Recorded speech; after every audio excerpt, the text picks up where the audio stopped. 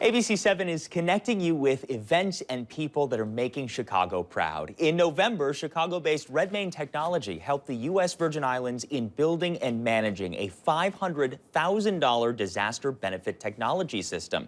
It's to help residents affected by Hurricanes Irma and Maria. RedMane did this system project free of charge, and Dan Lake here is here to tell us a little bit more about the system. So Dan, thank you for being here, and thank you for what you guys did in the Virgin Islands. We appreciate it.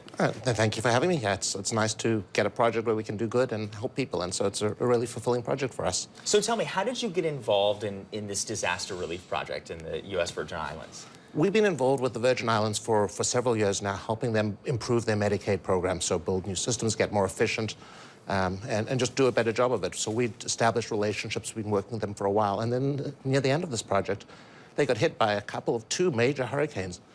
And we'd established relationships, we really liked the people there, and we wanted to see how we could give back and help them. And so we volunteered to build this brand new system that they didn't have to try and help them distribute funds and help recover from this awful, awful disaster. So how does it change what's happening on the ground, the system in place? So what's happened now is the people there, the employment opportunities for people on the island have greatly diminished. Tourism has gone down, industry's gone down, and so they have limited access to funds. The federal government came in and has a program called Disaster SNAP, Disaster Food Stamps, for temporary assistance for people who need emergency nutritional assistance food.